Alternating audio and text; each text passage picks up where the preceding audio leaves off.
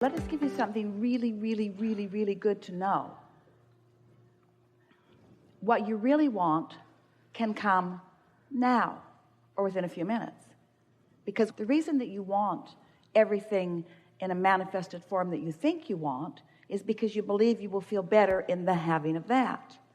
So if you can just, for a little while, accept that since it's joy is the reason that you want it, you want it because you think it will feel better to have it. If you can believe us when we say you can find a way to feel better now, which means you're going to get what you want now. It's just that you want the means to it to be exactly as you've defined it. In other words, I want to be happy because of that path unfolding just that way. And we want you to stop nitpicking over how the happiness comes and just accept that you can find the happiness right now or within an hour or certainly within a day. And if you can be satisfied with the happiness that is here, which is the reason that you want everything, then all of the means to that end will show up for you. It's the means to the end thing. That's what's tripping you all up, you see. You want manifestations which you know are not going to happen instantaneously. It's like, let's say you're deeply in debt and what you really want is a big pile of money. Well, there's a big difference between where you are in terms of the manifestation in your bank and where you want to be. If you could realize that you have the ability to find ease, you can find clarity right now while the money may be a little while in coming. You could find a feeling of peacefulness right now while the money may be a little while in coming. And what happens sometimes is that you've allowed yourself, and it's all right, to be out of balance long enough that there's enough momentum going that keeps what you want from coming, keeps it from actually manifesting. And your belief, a lot of people have it, it's a flawed belief, is that I have to get that before I can feel better. And if you can get that turned around in your mind, first I need that and then I will feel better. I need this before I can feel better. Once I get the job, or once I get the lover, or once I get the whatever, then I will feel better. And that's the flawed premise. If we can convince you that you can feel better anyway, you can feel better anyway, you can feel better anyway. And what puts you off on that is that you think, oh, Abraham, you just want us to feel better so that we can live with not having what we want. And we say, no, we want you to feel better because we know that that is the vibrational path to everything that you want. But what you really want is to feel better, but all of the details will fill in around it once you get there first. So you got to get to the feeling good first, you see. Did that make sense? You're all very quiet out there. We just told you the most important thing that you will ever hear from us or anyone. And you're thinking, yeah, Abraham, I hear you, but I want to get the money out of the vortex and into the bank. All right? That you can achieve again and again and again and again and again. Something I did, I can do again. Something that I liked, I can do it again. It's not difficult, I can do it again. But what I don't understand is I was not aware at the time that I was, like if I had the knowledge I have now, back then when I was in it, I wasn't aware that I was creating it when it happened. I felt... You know, it really doesn't matter what you didn't know before. It only matters what you know now. So what you're saying is, I didn't even know what I was doing, but I was vibrationally in balance, and I didn't even know it. I didn't even know that I was not offering resistance. I didn't even know. But now you know when you are and when you aren't. Now you know. But knowing how exhilarating that feeling is, and then feeling it such a gift. It was such a gift that every single day I was so appreciative of. Tracy is Esther's daughter, and one day, years ago, Tracy was in California. She had a job there. Jerry and Esther were in Texas, and Tracy used to try to make her way out to see them frequently, and she tried to time it when there was going to be an Abraham seminar because she liked that. So she called her mother one morning on her way to work, and she was upset, and she said, I really need to come and get my Abraham fix, but I can't schedule it. I can't see a way to it. And Esther said, well, what's going on? And she said, I've lost my mojo. I'm not in alignment. I don't feel good. Things aren't turning out the way I'm used to them. I need to come and get my Abraham fix. And Esther said, why? What is it about that?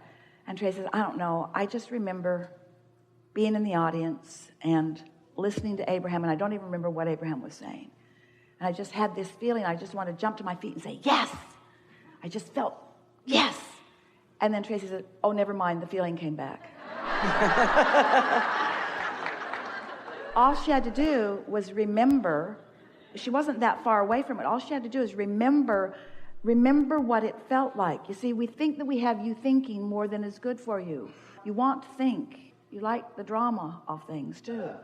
Do you remember feelings of satisfaction? Oh, yes. Esther, when she is looking for a feeling of satisfaction, she remembers being really little. She's not sure how old she was, out between the lilac trees with every blanket that she could bring from the house out there.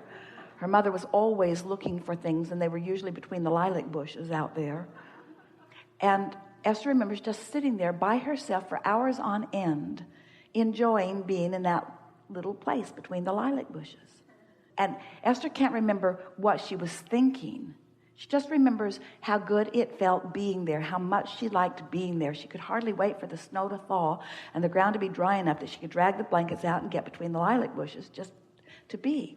Now she thinks about being in the treehouse, or what it feels like to be in conversation with someone who's really easy to be with. You don't have to figure it all out. Just find some touchstone that always feels good to you when you think about it, and use it as your reason to feel good right now. Adjust your vibration by reaching for the feeling. We know that it sounds silly because here you are. You've come to learn to be the deliberate creator of your own reality. We know it should be really hard. It should be hard. There should be long, long, long lists of things to do in order to do it. I should be able to get my mind, my weak and limpy mind that's always focused in the wrong place. I should be able to wrestle it with the ground and make it focus upon things that are meaningful to me. And we say, no, that isn't it. That isn't it. All you got to do is find something that's soft and feels good to you. For a while, Esther just focused on her pillow. Just appreciation. My bed. Just find something. Find something. But in doing so, before you're going to be willing to do that, we have to convince you that that's the work to be done. Because you're so used to jumping through the hoops and trying so hard and being measured against others and getting it all right. And you've heard all of the stuff about right and wrong and the pros and cons of things. And your very worthiness and beingness is in question in your mind so much of the time. And we say, where do you get this stuff? You are the leading edge, and source energy is adoring you and flowing to you and offering you everything that you could possibly want or need in every moment. And all you got to do is just soften yourself enough to be the receiver of it, you see. Which means you just have to find a soft thought. You just have to stop beating up on yourself for a minute. Just stop feeling critical of what you're not getting done and using what you used to get done successfully. Stop using it as a club to beat yourself over the head about what you're not getting done. It's like saying, oh, I was so thin. I used to be so thin. I used to be so thin and not now. Don't use past successes to torment yourself now. Don't use anything to torment yourself. Use everything and anything that you can think of to soothe yourself. Tell the story the way it feels best to you. I'm a good person. I was born as a good person, and I remained a good person. And I'm loved. I'm worthy. And Source adores me. And Source is flowing to me. And I'm figuring this out. And I don't have to figure it out all at once. And things are all right.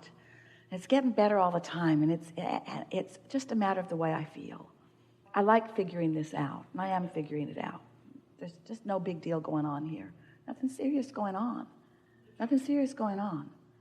We can tell you, and we don't want to get too much in your head, but you will never put yourself in a position where Source withholds from you.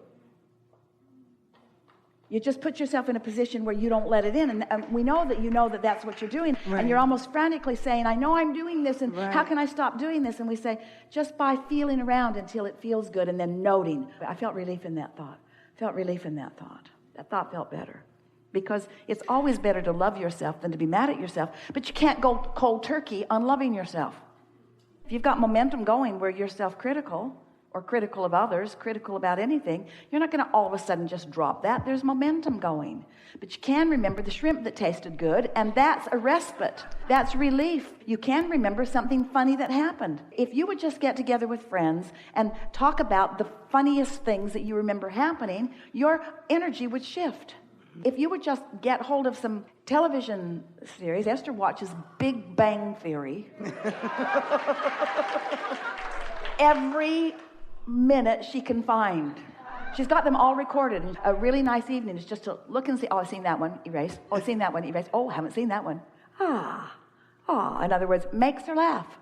Makes her laugh. Brilliantly written, makes her laugh. Nothing serious going on, makes her laugh.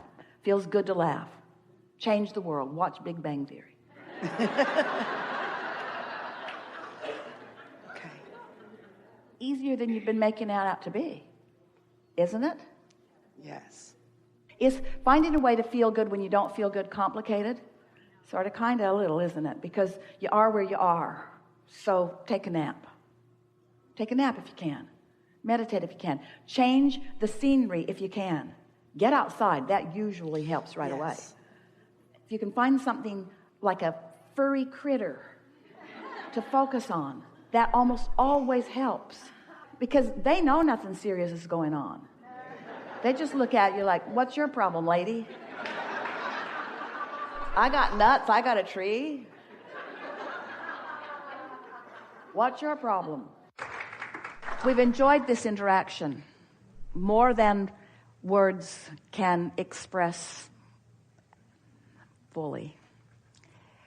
One of the things that we enjoy most about a gathering like this is that we, or you, are not limited to the communication that is taking place through words.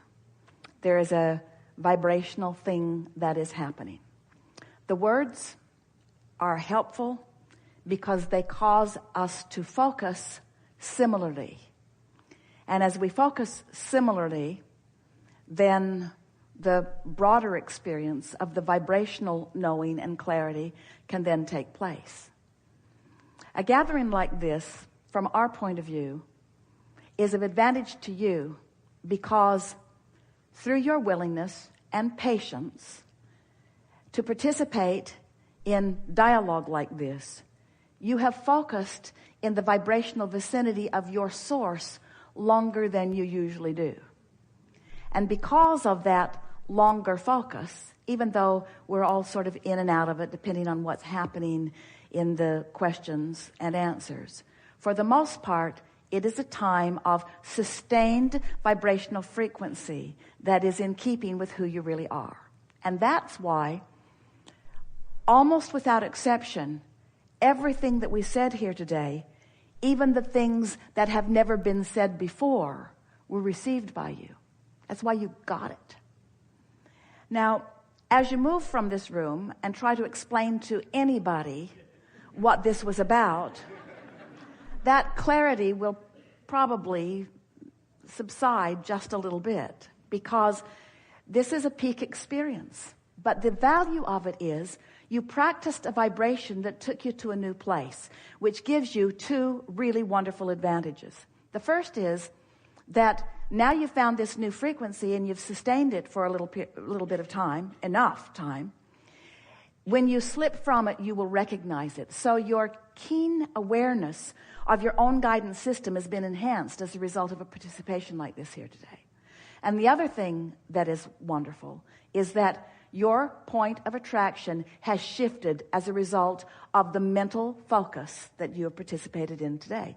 You are not leaving this room with the same sustained frequency that you entered it, which means everything in your experience is going to be different. Every relationship that you have will shift to some degree. The thing that matters most, and it's our favorite thing to say to you, is your realization of that. In other words, if you can accept a shift as you have received it here today, acknowledge it is really what we're saying, and then compound the acknowledgement by affirming the evidence of it to yourself, not to others, when it occurs. Well, now you're on the path of least resistance, you see. Now you're moving into that ease that we were talking about earlier. You are a magnificent group, and it has been delightful for us to feel you as you were and as you are. And even more delightful for us to anticipate what is coming for you next.